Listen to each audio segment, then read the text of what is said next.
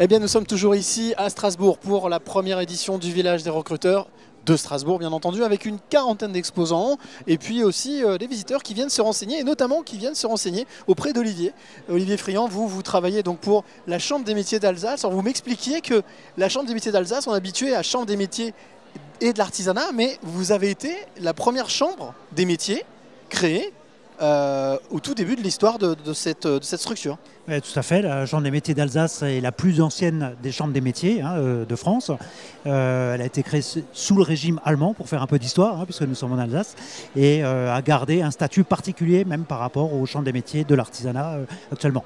Nous faisons malgré tout partie du réseau des chambres des métiers de CMA France, et nous avons comme mission d'accompagner, de renseigner toutes les personnes qui ont un projet dans l'artisanat, aussi bien de formation, de création ou de reprise d'entreprise. Alors, ce qu'on appelle les métiers du fer, F-A-I-R-E, des métiers manuels. Alors c'est vrai que ce sont des métiers qui ont souvent été boudés, maintenant on le vend en poupe, tant mieux.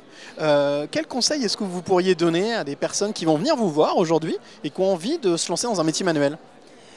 Très clairement que ces métiers ont du sens, que contrairement à ce qu'on a pensé pendant très longtemps, on peut se former sur du premier niveau de diplôme tel que le CAP, mais bien sûr il faut et on a besoin d'évoluer parce que les métiers évoluent, les techniques évoluent, et donc on va se lancer après sur un bac pro, sur un brevet professionnel, et ensuite sur le diplôme d'excellence qui est le brevet de maîtrise, donc un niveau bac+2. Alors, vous allez me dire si je me trompe, mais je crois que ça peut être aussi de la reconversion. C'est qu'on a des personnes aujourd'hui qui ont fait 20 ans, 30 ans un métier, qui aujourd'hui choisissent de se reconvertir dans la maroquinerie, dans l'ébénisterie, dans un métier manuel.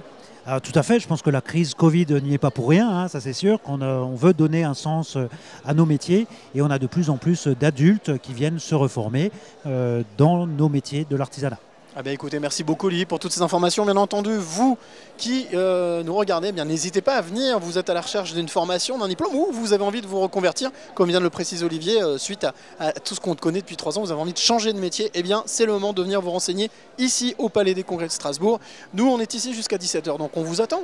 On vous attend tranquillement, et on va même aller faire une nouvelle rencontre. A tout de suite.